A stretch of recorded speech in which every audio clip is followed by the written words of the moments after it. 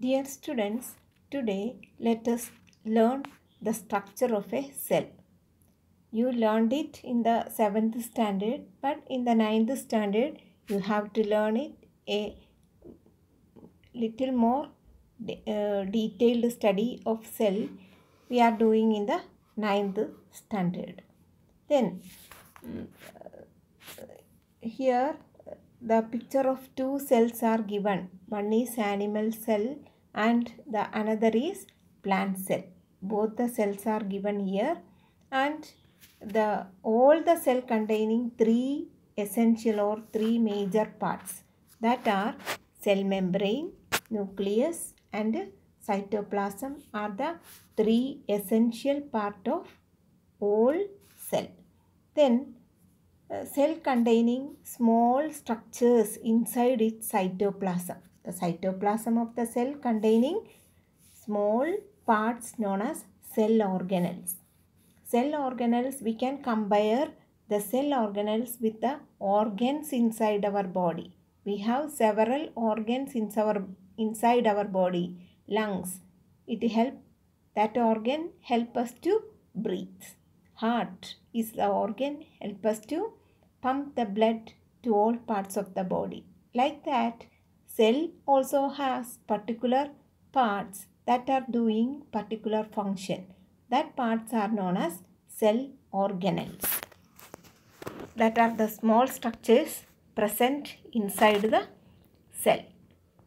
Then cell have certain parts are living parts. If you observe a cell, certain parts are living parts, some parts are non-living part. A chart is given here. Living part, cell membrane is a living part. Cell membrane. It is present both in animal cell as well as in plant cell. We can see the cell membrane. Cell membrane is present in both plant cell as well as animal cell. Then another structure known as cell wall, that can be found only in plant cell. You can see the cell wall is marked here. Cell wall is present only in plant cell. Then in the cytoplasm. Cytoplasm is the living substance inside the cell. Cytoplasm is present both in plant cell and in animal cell. Cytoplasm containing many living substances as well as non-living substances inside it. The living substances of the cytoplasm are endoplasmic reticulum, mitochondria, Golgi apparatus, ribosomes, lysosomes, centrosome, plastids. Plastids can be found only in plant cell. Then non-living substances of the cytoplasm are granules, that are food particles, small glycogen or glucose or starch particles are granules. Then vacuoles are the small sac-like substances, sac-like structures that may be either containing water or extra food that is prepared by the plant. Then fat droplets. Sometimes fat droplets may be present in the cytoplasm. But these are the substances present in the cytoplasm. Then cell containing another important part is the nucleus. Nucleus also has certain parts inside it. The nuclear membrane, that is also a living part. Nuclear membrane, we can say it is a living part. Then nucleoli, that is the structure. Nucleolus here, marked here, nucleolus. That is a round structure that is present inside the nucleus. That is the nucleolus. Then its main function is protein synthesis. Then another structure is chromatin fiber. Chromatin fibers are present, small thread-like structures that can be found inside the nucleus is chromatin fiber. Chromatin fiber is also marked here. Thread-like structures that are found in the cell, that are nucleus containing these living substances. Then nucleoplasm, that is the semi-liquid substance that is present inside the nucleus, that is considered as the non-living part inside the cell. Then again let us learn about the cell membrane. Here cell membrane that has certain fine pores inside it, through which that will allow certain substances into the cell and allow to enter and go out from the cell. Cell membrane, so we can say that cell membrane as a semi-permeable membrane, because it allow only certain substance to come inside the cell. So it is semi-permeable. We can say that cell membrane as a semi-permeable membrane. Then it is made up of lipoprotein, a word known as lipoprotein, meaning it is made up of lipids and protein. The structure I drew it one on the side of the book. Lipid and protein layer. Protein layer and lipid layers are there inside the cell membrane.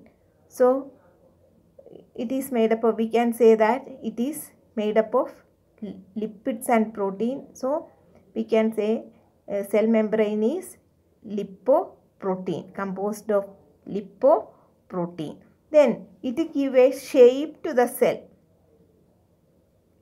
So it is acting as a boundary. Then we can compare, the plant cell has an additional wall known as cell wall, that is made up of cellulose. So that because of the presence of cell wall, that cellulose, plant cell has a more rigid shape.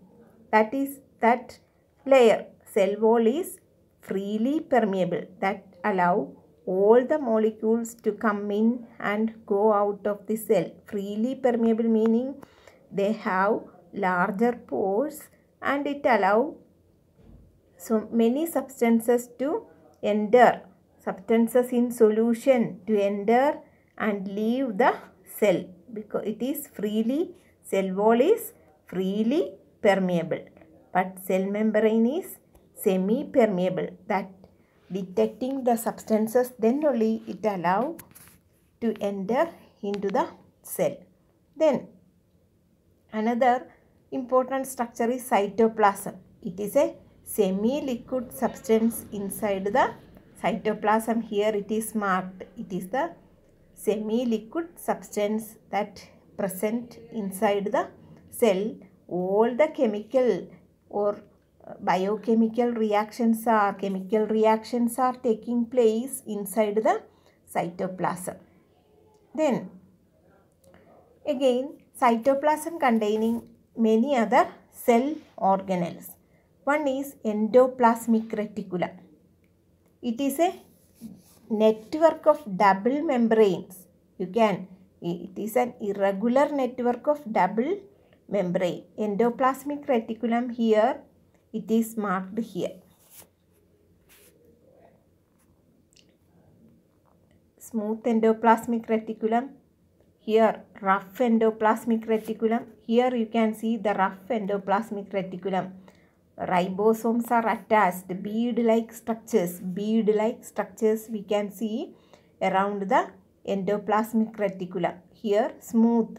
There is no, it is smooth surface, so it is known as smooth endoplasmic reticulum we can see. Then endoplasmic reticulum usually start from the nuclear membrane. From the nuclear membrane, endoplasmic reticulum start and it end at the cell membrane. That is how it is distributed. Usually they act like a framework inside the cell that give strength, act like a skeleton to the cell, because it give a rigidity to the cell. Like skeleton, it is giving a shape and rigidity to the cell.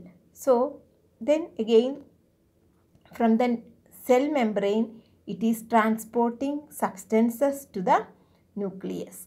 So that we can tell that endoplasmic reticulum has certain functions.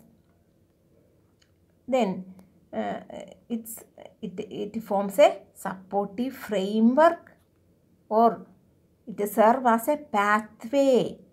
It serves as a pathway for the materials. Distribution of materials is done through this pathway. Endoplasmic reticulum is carrying many substances from nucleus to the out of the cell, and from the cell membrane it is carrying or serve as a pathway to bring substances into the nucleus, that are done by the endoplasmic reticulum.